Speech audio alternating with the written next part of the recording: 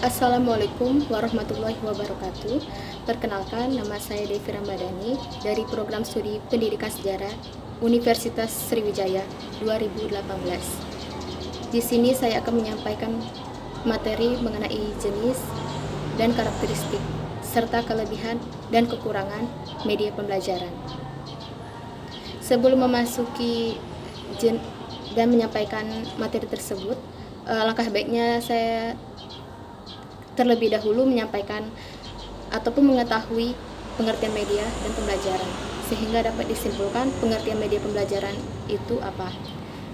Pengertian media secara bahasa berarti tengah, perantara, atau pengantar. Sedangkan dalam bahasa Arab, media adalah perantara atau pengantar pesan dari pengirim kepada penerima pesan. Jadi, media adalah alat yang digunakan untuk menyampaikan pesan atau informasi. Sedangkan pembelajaran merupakan suatu proses interaksi antara guru dengan siswa, baik itu interaksi secara langsung maupun tidak langsung.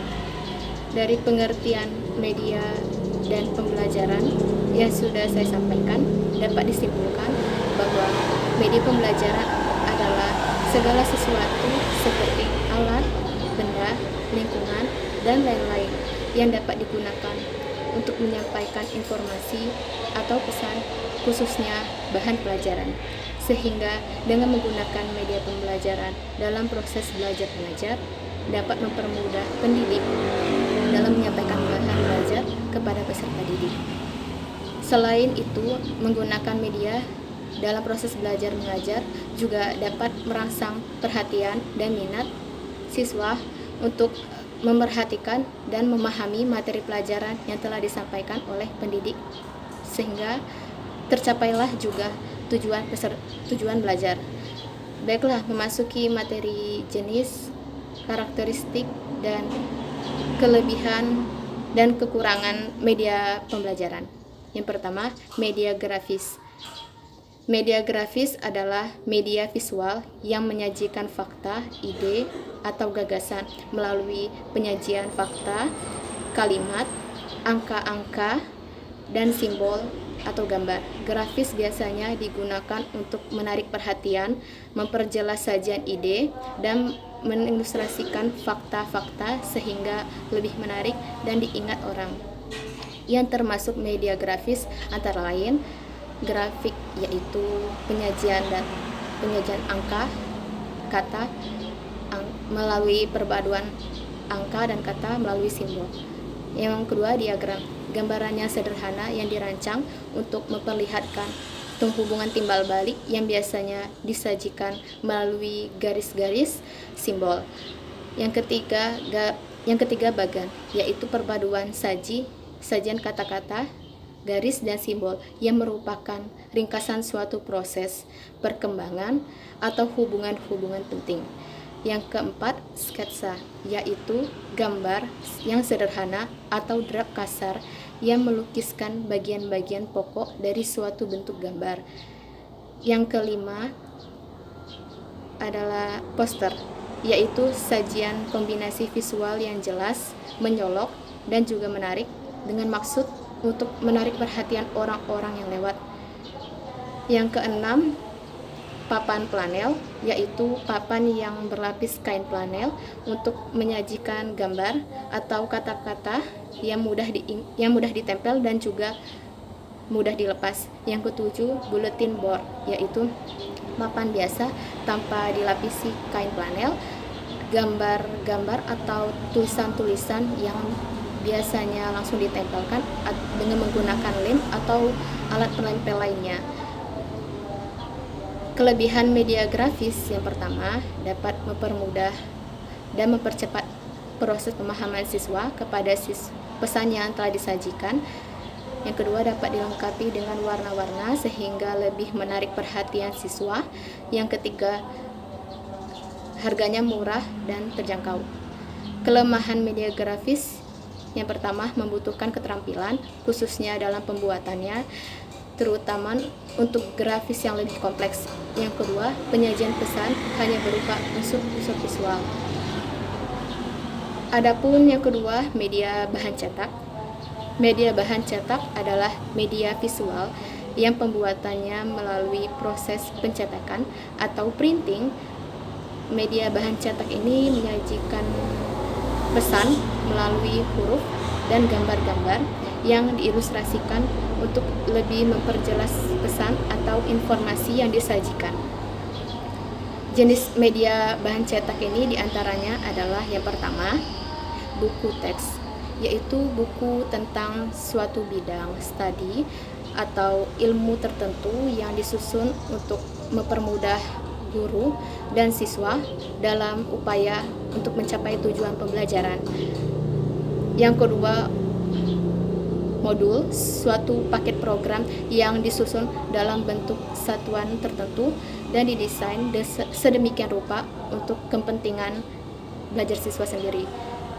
Satu paket modul biasanya memiliki petunjuk ataupun lembaran kegiatan siswa, lembaran kerja siswa, kunci lembaran kerja, lembaran tes, atau kunci lembaran tes.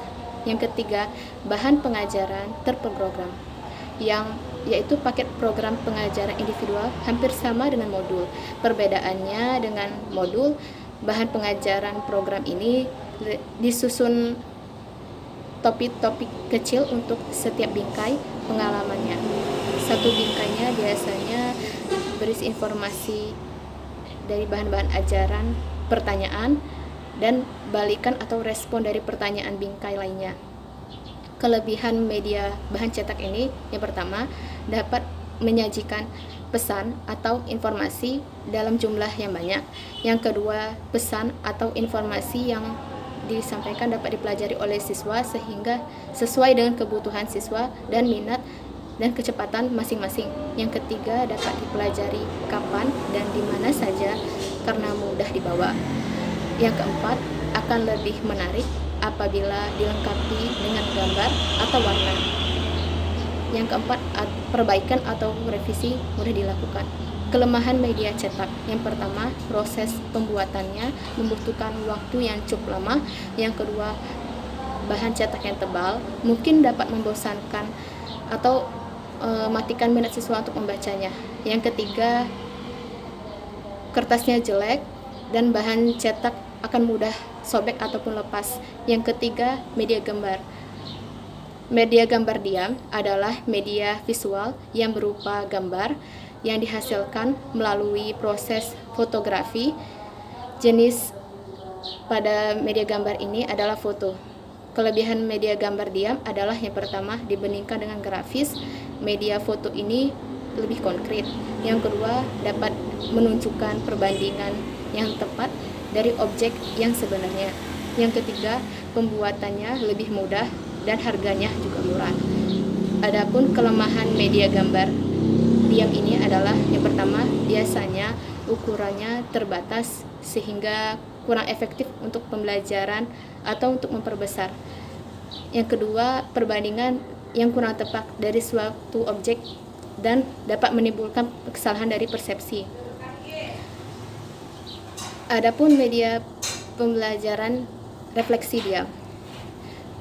Media pembelajaran proyeksi diam adalah visual yang diproyeksikan atau memproyeksikan pesan di mana hasil proyeksinya tidak bergerak atau memiliki sedikit unsur gerakan.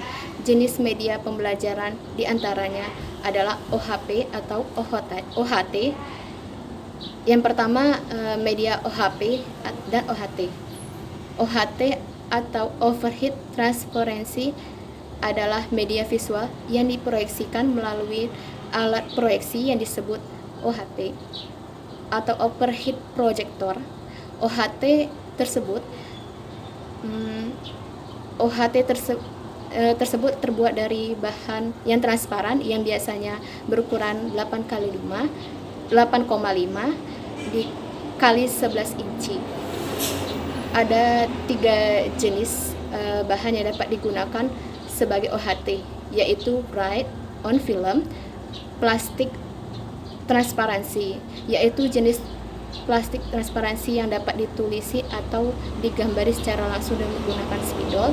Yang kedua, PPC transparansi film, atau PPC line wrapper copier, yaitu jenis transparansi yang dapat diberi tulisan atau gambar dengan menggunakan mesin fotokopi.